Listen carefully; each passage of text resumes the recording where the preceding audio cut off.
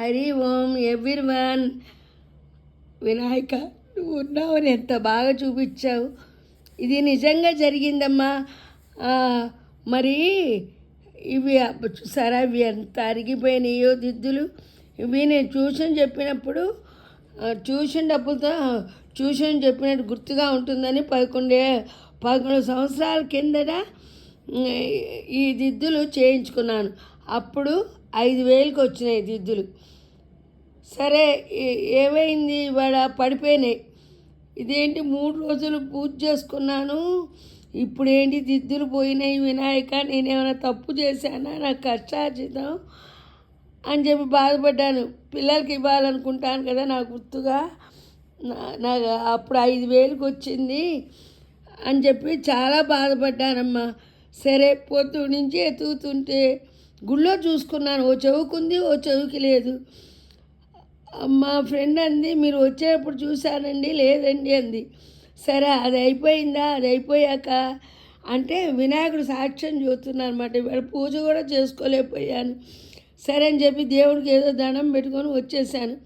ఇదేంటి స్వామి, సంక్రాంతిలో నేను ఏమైనా తప్పు చేశానా, సరిగా ఇచ్చేయలేదా వినాయక, ఎందుకు ఇట్లా జరిగిందని బాధపడితే మా అబ్బాయి అన్నాడు, అమ్మ నువ్వు బాగున్నావు కదా, ఇంకా నువ్వు దిగులు పడవాకమ్మా అన్నాడు. సరే అని చెప్పి పరుపులు అన్నీ ఎత్తుకుతే అప్పటి నుంచి పొద్దున 11 చూసుకున్నా. అప్పటి నుంచి ఇప్పటిదాకా సర్దుకోవడమే సరిపోయింది, పూజ కూడా చేసుకోలేదు, ఏదో దీపం పెట్టుకున్నాను. ఇప్పుడు ఏమైంది, ఎంతైనా బాధ అనిపించింది. నా గుర్తుగా ఏమి ఇవ్వలేకపోతున్నాను పిల్లలకి అని. వాళ్ళు అడుగుతారని కాదు, నా గుర్తుగా నాకు అనిపిస్తుందా మా వారి వరకు 200 పెట్టి వాచ్ కొనమంటే మన కష్టం మనకు నిలుస్తుంది అనేవారు. ఆ మాట ఎంత నిజమో ఇప్పుడు తెలిసింది. సరే, అది అయిపోయిందా, పరుపు ఎత్తుతుంటే ఈ శీల కనపడింది. ఇంతకీ మ్యాటర్లోకి వస్తే ఈ శీల దుప్పట్లో ఉంది. అమ్మయ్య, శీల దొరికితే ఇంకా నాకు ఏదో అంటారే, నాడ దొరికితే గుర్రం దొరికినట్టే అన్న సంతోషపడ్డట్టు నేను కూడా సంతోషపడి ఇప్పుడు 2 దాకా ఇవి దిద్దు చిన్నదే, ఇంత చిన్నదే, కళ్ళు కనపడదాన్ని నాకు కనపడింది, ఇంత చిన్నది, ఇంకా ఇదెందుకు దొరకదు అని చెప్పి నేను మొత్తం ఎతుకుతున్నాను, బాధపడుతున్నాను, ఎతుకుతున్నాను. సరే, తప్పదుగా అన్నం తిన్నాను. అన్నం తిని ఎతుకుతుంటే అప్పుడు పాపం ఆ చిన్నపిల్ల అమ్మాయి పేరు ఎందుకు కానీ, ఆ పాప ఆంటీ మీ దిద్దు చూపించండి అనుకుంటూ వచ్చింది. ఓ పాప వచ్చింది. పాప అంటే 20 ఏళ్ళ అమ్మాయి, నాకు ఏజీ తెలియదు, జాబ్ చేసుకుంటున్న అమ్మాయి వచ్చిందంట. సరే, వచ్చి ఏంటే ఆంటీ చూపించమంటుందని అని చెప్పి నేను చూపించాను దిద్దు. చూపిస్తే ఫోటో తీసేసుకుంది మాట. ఏంటో ఫోటో తీసుకుంది ఎందుకు అనుకున్నాను. ఎట్లయినా చదువుకునే పిల్లలు తెలియగలవారు కదా, నాకంత ఆలోచన రాలేదు.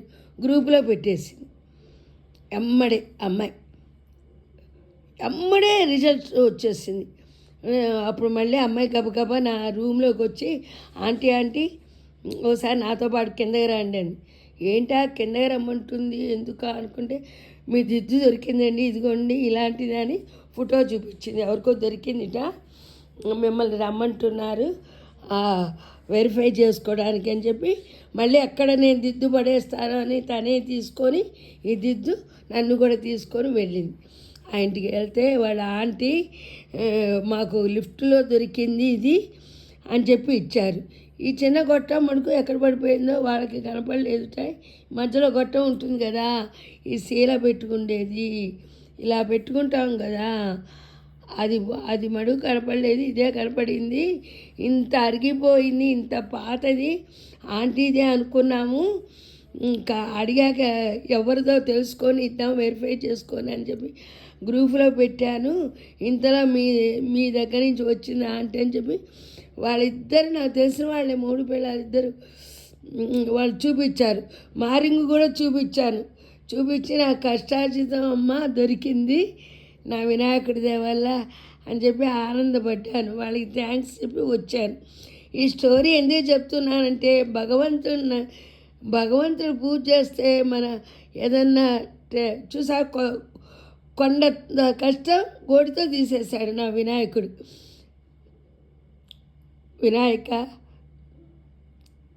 ఇది నా వినాయకుడికి అంకితం. వినాయకుడు పెట్టమంటే నేను ఇది కూడా పెట్టింది, సబ్స్క్రైబ్ కూడా. అదే సబ్స్క్రైబ్ అంటారు, యూట్యూబ్ కూడా పెట్టింది నా వినాయకుడు చెప్పబట్టే.